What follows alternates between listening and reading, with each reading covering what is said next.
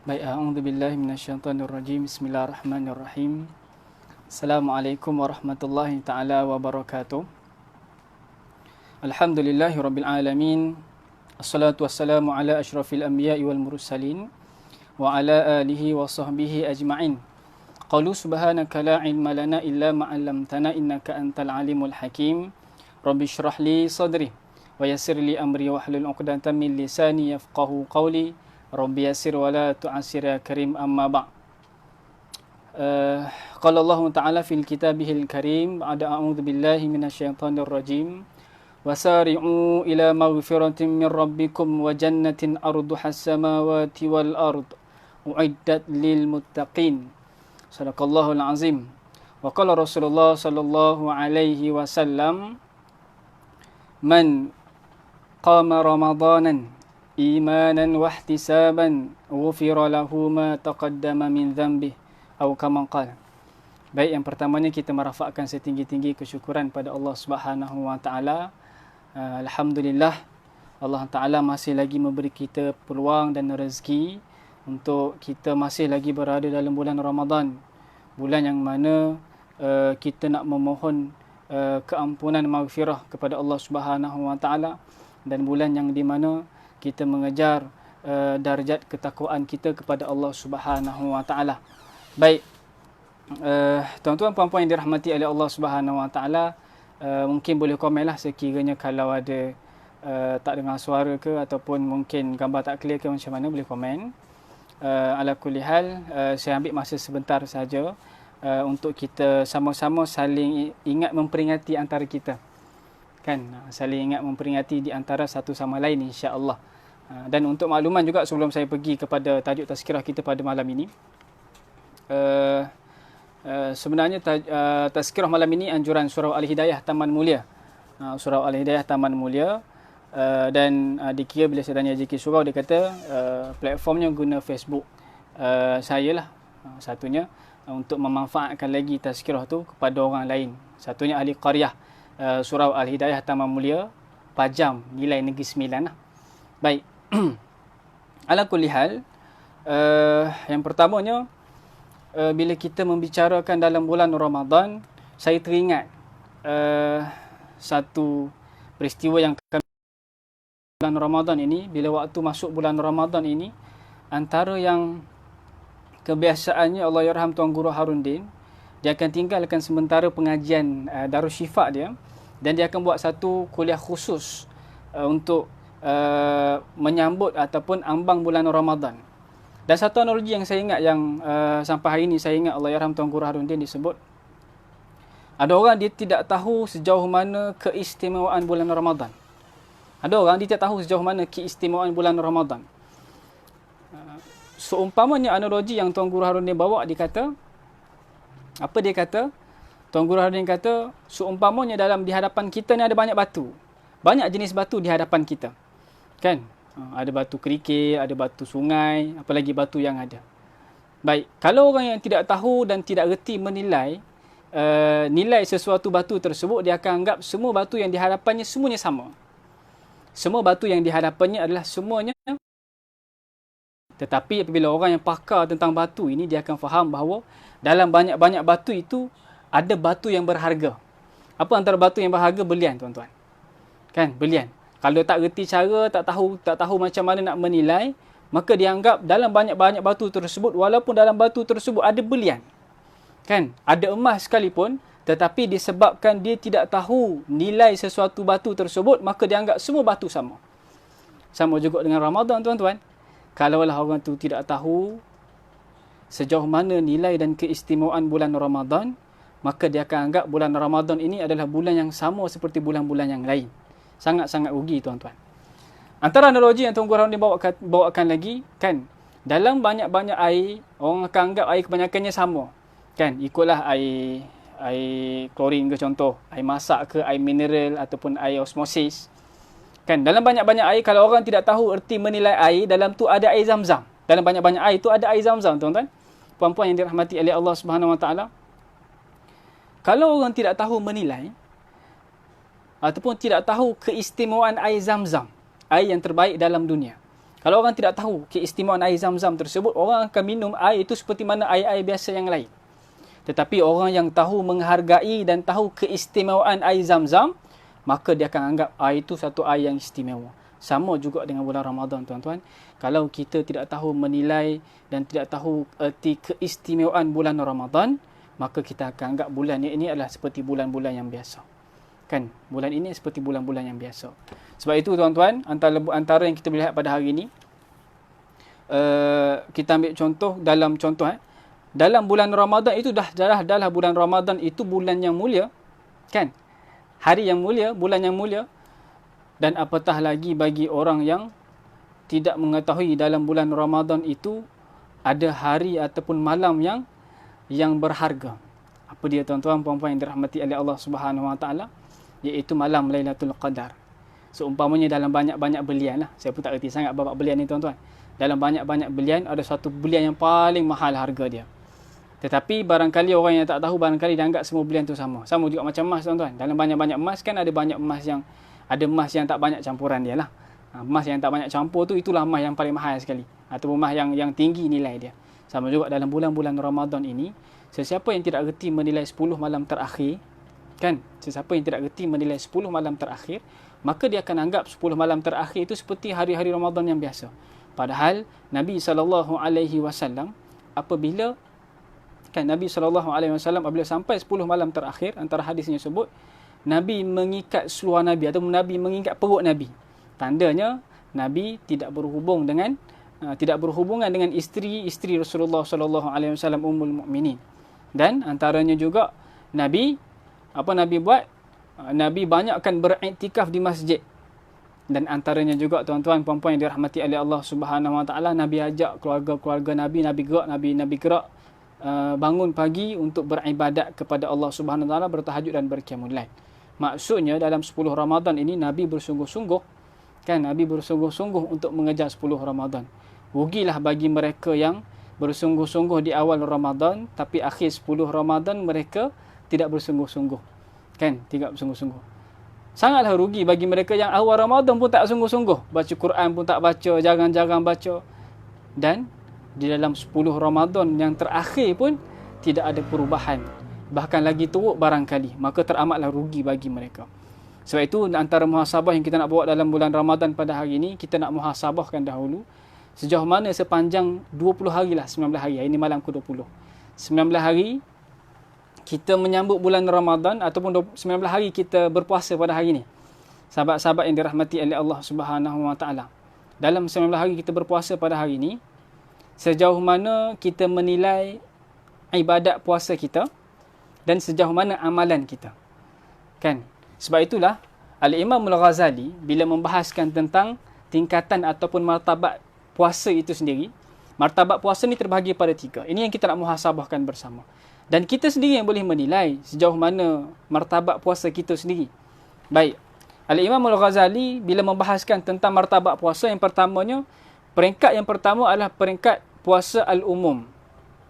Apa yang dimaksudkan dengan puasa al-umum ni? Puasa umum ni adalah puasa bagi mereka yang berpuasa hanya menahan perut dan syahwatnya semata-mata. Maksudnya puasa dia hanyalah puasa menahan daripada makan dan minum dan menahan nafsunya semata-mata. Itu puasa orang awam. Kan? Itu puasa orang awam. Dan puasa dia itu hanya daripada tuntutan nafsu. Maksudnya dia tahan makan dan minum daripada tuntutan nafsu dan dia pun tahan syahwatnya daripada tuntutan nafsu. Itu puasa orang awam. Kan? Puasa orang-orang biasa macam kita lah. Kan? Baik. Martabat yang lagi tinggi sedikit. Martabat yang keduanya apa? Tuan-tuan, puan-puan dirahmati oleh Allah Subhanahu Wa Taala. Martabat puasa yang kedua yang digariskan oleh ataupun yang digariskan oleh Al-Imam Al-Ghazali dalam kitab dia, puasa al-khusus. Kan? Maka kita nak nilai sejauh mana puasa kita pada hari ini. Adakah kita puasa semata-mata puasa ataupun kita mempunyai kualiti puasa yang Allah Ta'ala dambakan. Sebab puasa ini adalah puasa ini adalah ganjaran yang memang Allah Ta'ala sendiri yang bagi pahala ganjaran dia. Kan? Allah Ta'ala sendiri yang menilai sejauh mana puasa kita. Baik. Martabat yang kedua, tuan-tuan, puan-puan dirahmati oleh Allah SWT, martabat puasa al-khusus. Apa kriteria puasa al-khusus ni, tuan-tuan? Kriterianya adalah kita menjaga panca indera kita. Kita jaga penglihatan kita. Kita jaga pendengaran kita. Kan? Kita jaga tangan kita. Kita jaga kaki kita. Daripada melakukan maksiat dan dosa kepada Allah Subhanahu Wa Taala. Yang tadi tak ada nafsu semata-mata. Kan? Dan dia tidak mengumpat. Kan? Dia tidak komen pada benda-benda yang tak sepatutnya. Macam kita hari ni, tuan-tuan, puan-puan, saya pun cuba masa ringkas pada hari ni, pada malam ni. Maksudnya puasa orang al-khusus ni, dia tak habiskan masa dia dengan media sosial, dengan perkara yang sia-sia. Kan? Kita tak termasuk, maksudnya jangan kita masuk dalam golongan orang yang menyakiti di antara sesama Muslim. Kita komen benda yang tak sepatutnya. Kita mengumpat sesama Muslim ataupun orang non-Muslim sekalipun, ataupun rakyat Muslim sekalipun. Maksudnya puasa orang al-khusus ini, martabat yang kedua ini, dia jaga panca indera dia daripada membuat sesuatu yang menyakiti manusia, terutamanya orang Muslim, dan juga dia tak buat sesuatu dosa dan maksiat kepada Allah Subhanahu Wa Taala. Itu puasa orang khusus. Maka kita nak menilai sejauh mana puasa kita pada hari ini, tuan-tuan, puan-puan. Dan puasa yang ketiga ini puasa martabat yang tinggilah. Untuk puasa yang kedua ni kita boleh sebut puasa dalam kalangan orang solehin. Kan? Puasa orang soleh. Baik soleh dah solehah, solehin lah. Puasa yang ketiga, tuan-tuan, puan-puan, dirahmati oleh Allah Subhanahu Wa Taala, adalah puasa khusus al-khusus. Puasa khusus al-khusus ini adalah puasa mereka yang menjaga hati daripada menjaga hati mereka daripada dunia yang mendudukinya. Ataupun kita boleh sebut pada hari ini, dia jaga hati dia dalam keadaan waktu puasanya, waktu kehidupan seharian dia, sentiasa mengingati Allah Subhanahu Wa Taala. Kan? Dan setiap masanya digunakan untuk beribadat, berzikir kepada Allah Subhanahu Wa Taala, bacaan Al-Quran. Maksudnya ini puasa khusus, puasa yang ketiga, puasa yang martabat yang ketiga. Kan? Martabat yang ketiga. Dan ini puasa, tuan-tuan, puan-puan, dirahmati oleh Allah SWT. Inilah puasa para anbiya. Inilah puasa para sadiqin dan puasa para muqarrabin, orang yang dekat dengan Allah Subhanahu Wa Taala. Maka hari ini kita nak muhasabahkan sepanjang kita puasa hari ini, sebenarnya kita di martabat yang mana. Menunjukkan bahawa kita sentiasa ada ruang dan peluang untuk kita memperbaiki amal ibadat, terutamanya ibadat puasa kita. Baik. Yang keduanya saya nak minta tuan-tuan puan-puan dirahmati Allah SWT, saya nak sentuh lah. Yang keduanya adalah saya nak sentuh berkenaan dengan solat kita. Kita solat fardu berjemaah. Kita pun solat tarawih pun kita, alhamdulillah, baru saja kita selesai solat tarawih. Tadi masing-masing barangkali di rumah masing-masing buat berjemaah. Kan? Baik. Antara yang disebut dalam Al-Quran, surah Al-Mu'minun, alladzina fi salatihim khashi'un. Orang beriman ini, antara ciri-ciri orang beriman ini, alladzina fi salatihim khashi'un. Pada solat mereka itu, mereka khusyuk dengan solat mereka. Kan?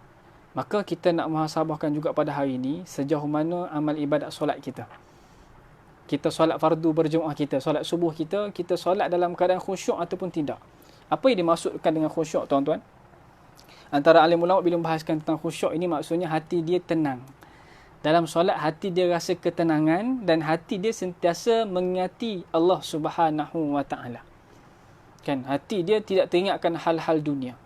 Bila mana waktu solat saja hati dia tenang dan hati dia datangnya rasa takut, ketakwaan kepada Allah Subhanahu Wa Taala. Sebab itulah bila kita bicara soal khusyuk ini bukan mudah, tuan-tuan. Sebab kita kadang-kadang banyak sangat perihal dunia. Kan? Banyak perihal dunia. Hari ni, contoh hari ni banyak benda tak selesai lagi. Kan? Baju raya tak beli lagi. Baju raya warna tema apa? Kan? Warna tema pun tak lagi. Nak beli kat mana ni, kalau pos laju sampai ke tak sampai hari ni. Banyak benda kita fikir dalam kepala kita. Lepas ni nak cari makanan, nak makan apa? Moreh apa lepas ni? Lepas tarawih kan? Ada moreh ke tak ada moreh? Ni bangun tengah-tengah solat tarawih, bangun orang tengah masak kuih kan? Mak kita masak kuih dekat dapur. Jadi, tak tenang, tak khusyuk. Jadi, kita kena dalam bulan Ramadan ini ataupun 10 terakhir ni, bila dalam keadaan kita dah rasa ataupun kita dah rasa dah kekurangan kita dalam ibadat kita, dalam solat dan puasa kita, maka ambil ruang dan peluang ini untuk kita memperbaiki balik. Kan? Memperbaiki balik. Sebab itu ayat muqaddimah yang saya sebut, wasari'u ila maghfirah. Kamu bersegeralah untuk memohon keampunan kepada Allah Subhanahu Wa Taala. Barangkali kesilapan ataupun kelemahan yang kita buat dalam 19 hari Ramadan ini menyebabkan barangkali ada kekurangan dalam amal ibadat kita. Maka kita kena perbaiki balik. Kalau kita puasa al-umum, kita cuba nak memperbaiki supaya puasa kita jadi puasa al-khusus. Puasa para orang solihin. Kita jaga panca indera kita.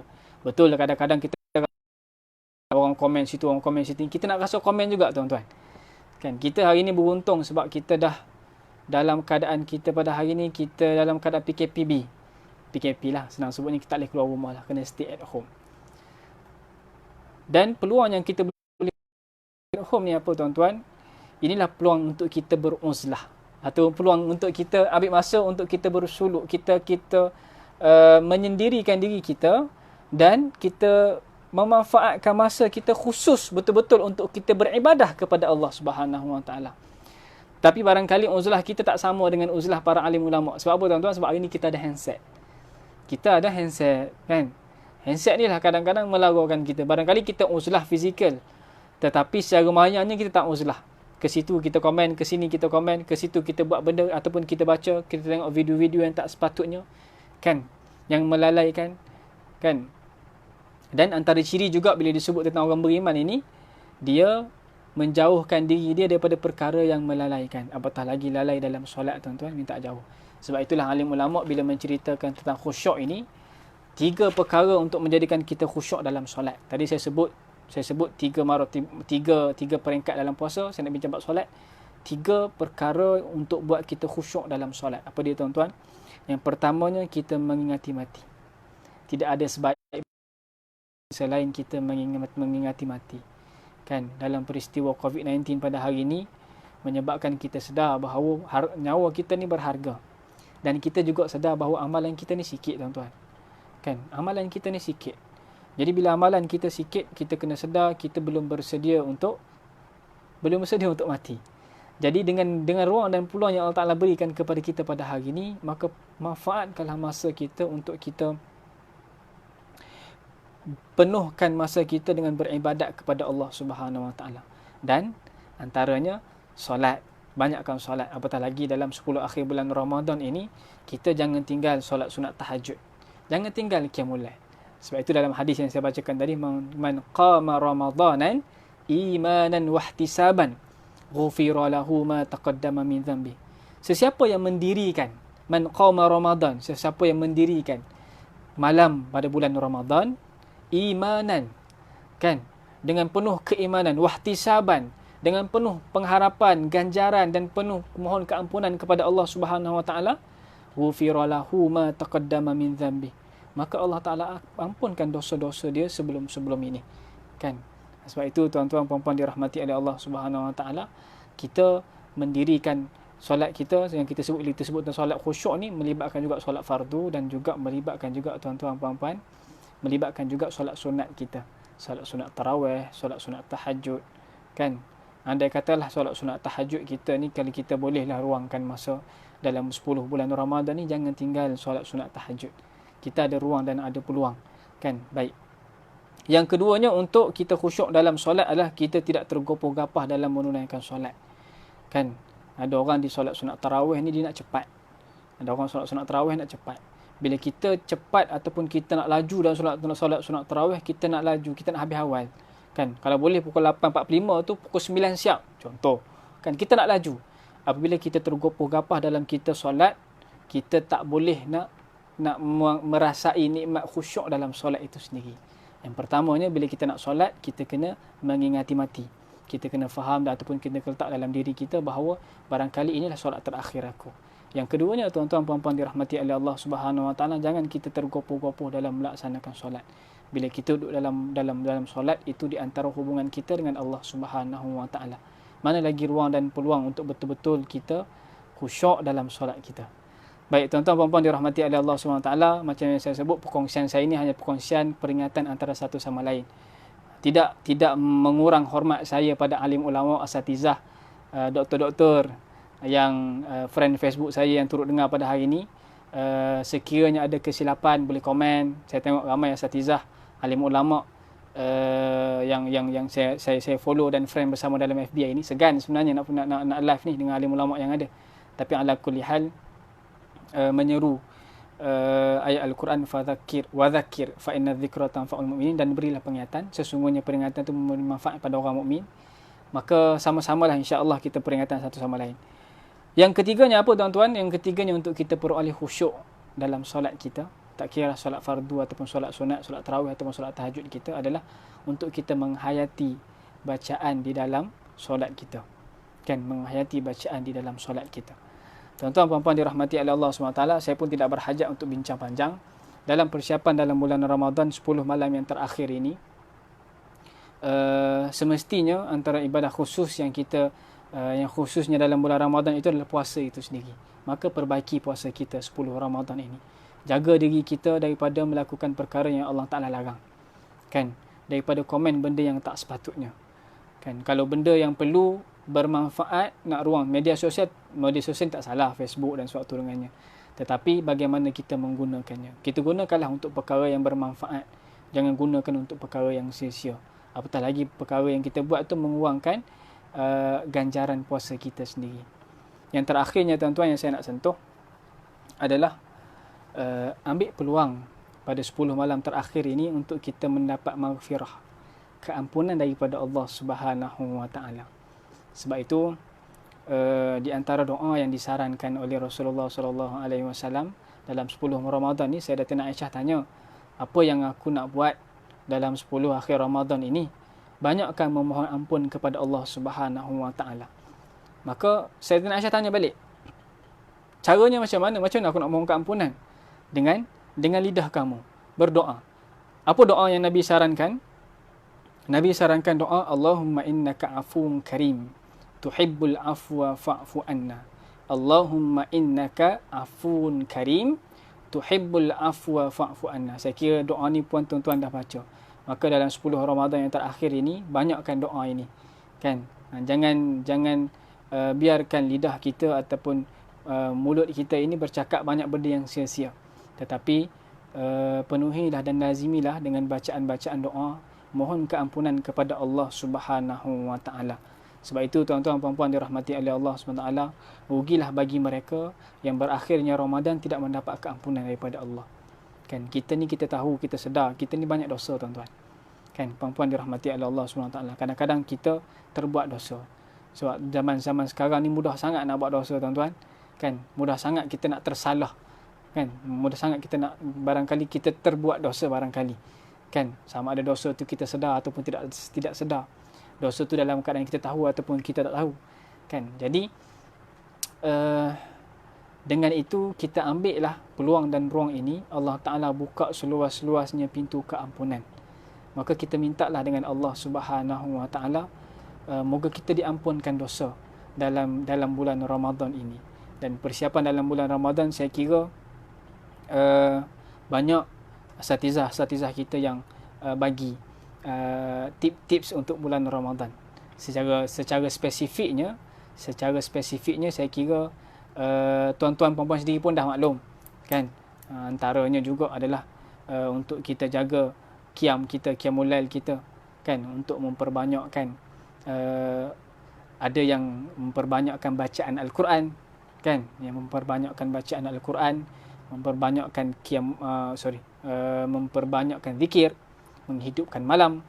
Cuma saya tuan-tuan, saya nak sentuh di sini dalam banyak-banyak amalan yang kita dah susun. Barangkali kita pun dah ada jadual kita untuk kita susun dalam 10 akhir Ramadan ini. Cuma concern saya, kadang-kadang bila kita muhasabahkan bersama adalah, kita dah tahu banyak benda tuan-tuan. Kita tahu qiyamul lail itu perlu. Kita pun tahu, kan, kita baca Al-Quran itu benda tu perlu.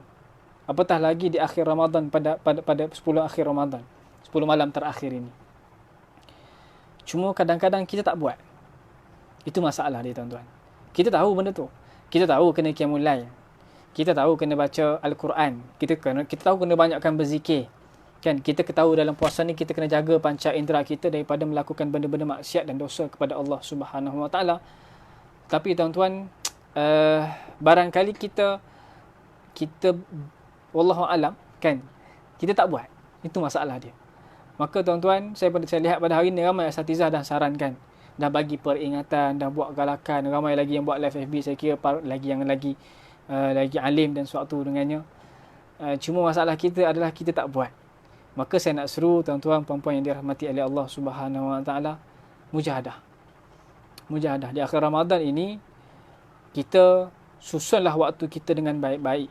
Kita tahu sejauh mana kemampuan kita. Kan? Kita tahu sejauh mana kemampuan kita. Maka kita mujahadah. Kan? Apa guna kita tahu tapi kalau kita tak buat? Maka saya nak seru tuan-tuan puan-puan yang dirahmati oleh Allah Subhanahu Wa Taala dengan ruang yang peluang yang ada ini untuk kita mujahadah dalam apa jua barangkali kita ada halangan dan sesuatu dengannya. Kalau sebelum ni kita kata kita sibuk tak sempat nak amal ibadah sebab kita kerja. Hari ni ramai yang work from home tuan-tuan, ataupun ramai yang barangkali belum ramai yang boleh susun waktu kerja, ataupun waktu kerja tu dipendekkan. Kadang-kadang ada yang alternate day, mungkin 2 hari pergi office, seterusnya lepas 2 hari tu cuti, 2 hari sambung lagi office. Maksudnya waktu kita fleksibel. Sama juga sekiranya ada mahasiswa, pelajar, student. Kadang-kadang kita sibuk waktu ni waktu exam contoh. Kebanyakannya kalau APT dan APTA ni, APTS dan APTA ni, waktu-waktu puasa je exam. Kan? Kita bagi alasan tak sempat nak khatam Quran sebab ada exam kena study. Tak sempat nak qiyamul lail. So waktu pagi-pagi ni kami nak hafal, nak menghadap peperiksaan pagi tu. Contoh, tak sempat nak tahajud lah maksudnya. Qiyamul lail tu kita boleh hidupkan malam dengan baca Al-Quran, barangkali tak sempat nak tahajud. Tapi hari ni tuan-tuan puan-puan, IPT kan? Kerja pun ada yang boleh pilih alternate day kerja, ataupun ada yang work from home. Maka apa lagi alasan kita untuk kita beribadah? Ataupun sebenarnya itu sikap kita yang sentiasa mencari alasan untuk tidak beribadah. Maka sama-sama kita muhasabah tuan-tuan, dan sama-sama kita membuat persiapan diri kita. Yang pertamanya untuk kita menilai sejauh mana puasa kita pada hari ini. Di mana martabat puasa kita pada hari ini? Sama ada puasa kita puasa al-umum ataupun puasa al-khusus yang digariskan oleh Al-Imam Al-Ghazali, ataupun puasa khusus al-khusus. Yang keduanya sejauh mana solat kita. Adakah solat kita masih lagi kita lalai dalam solat kita, ataupun kita sudah merasai rasa khusyuk dalam solat situ, dalam solat kita pada hari ini. Sebab antara ciri-ciri orang beriman ataupun ciri-ciri orang beriman yang berjaya, alladzina fi solatihim khashi'un. Solat mereka itu adalah mereka khusyuk dalam solat mereka. Yang ketiganya tuan-tuan, dalam bulan Ramadan dan 10 akhir Ramadan ini, rebutlah maghfirah ataupun usahalah sungguh-sungguh untuk mendapat maghfirah. Sebab itu dalam muqaddimah ayat Al-Quran saya tadi, surah Al-Imran ayat 133, wasari'u ila maghfiratin min rabbikum wa jannatin ardu'as samawati wal ard uiddat lil muttaqin. Maksud dia apa tuan-tuan? Dan bersegeralah kamu mendapat keampunan daripada Tuhan kamu dan syurga yang seluas-luas langit dan bumi yang disediakan untuk orang bertakwa. Maksudnya apa? Dalam bulan Ramadan ini, maka kita bersegeralah, berkejarlah fastabiqul khairat untuk kita memperbanyakkan amal ibadat kita dan juga untuk kita memohon keampunan maghfirah kepada Allah Subhanahu Wa Taala. Dalam dosa-dosa kita yang banyak ini, dalam bulan ini Allah Ta'ala bagi ruang dan peluang seluas-luasnya. Siapa nak mohon keampunan, siapa nak minta ampun dengan aku akan ampunkan seluruh dosanya. Kan, aku akan ampunkan dosa-dosa mereka. Siapa yang nak berhajat kepada aku, kan, maka aku akan kabulkan hajatnya. Mohonlah kepada aku. Kan? Jadi waktu kita bangun qiyamul lail, waktu kita dalam sebelum nak berbuka puasa, banyakkan berdoa. Banyakkan berdoa dalam bulan Ramadan. Dan jangan lupa juga untuk kita memohon ampun kepada Allah Subhanahu Wa Taala. Sangat rugilah bagi mereka yang keluar dalam bulan Ramadan tetapi tidak mendapat maghfirah daripada Allah Subhanahu Wa Taala. Kita sedar bahawa kita ni hamba Allah dan kita sedar bahawa kita ni manusia dan kita tak terlepas daripada melakukan dosa. Maka Allah Ta'ala buka pintu keampunan dalam bulan Ramadan ini. Mohonlah dengan hati kita yang terbuka, kita sujud kepada Allah Subhanahu Wa Taala. Bukan hanya fizikal kita sujud, tapi hati pun sujud, memohon tanda kehambaan kita kepada Allah Subhanahu Wa Taala dan juga tanda kita nak menjadi hamba yang bertakwa dan hamba yang dekat dengan Allah Subhanahu Wa Taala. Mudah-mudahan kita tergolong dalam golongan orang yang muqarrabin. Mudah-mudahan kita tergolong daripada orang yang muttaqin, kan? Dan sama-samalah jangan lupa untuk sama-sama kita doakan di antara satu sama lain untuk kita dipertemukan dalam malam Lailatul Qadar. Sebab itu tajuk saya pada hari ini, kita nak muhasabah sejauh mana amalan kita sebelum ni dan persiapan dalam bulan Ramadan. Persiapan 10 malam terakhir. Supaya dalam kita pada hari ini, saya minta sangat-sangat untuk kita bermujahadah dan kita manfaatkan dalam bulan Ramadan ini. Siapa tahu barangkali ini Ramadan terakhir kita. Wallahu alam mudah-mudahan bermanfaat. Dan terima kasih sebab sudi luangkan masa untuk sama-sama kita saling ingat memperingati di antara satu sama lain. Akhir sekali, ma asabaka min hasanah faminallah wa ma asabaka min sayyi'ah famin nafsi. Sesungguhnya apa yang baik daripada Allah Subhanahu Wa Taala, apa buruk pada diri saya sendiri. Saya minta maaf dan minta ampun ada kata ada kekurangan dan ada kata ada kesilapan. Mohon pembetulan daripada asatizah yang turut hadir mendengar pada malam ini. Sekian saja dari saya. Wabillahi taufiq wal hidayah. Assalamualaikum warahmatullahi taala wabarakatuh. Semoga mudah-mudahan bermanfaat dan terima kasih juga kepada Surau Al-Hidayah Taman Mulia kan atas penganjuran tazkirah Ramadan pada malam yang ke-20. Assalamualaikum warahmatullahi taala wabarakatuh.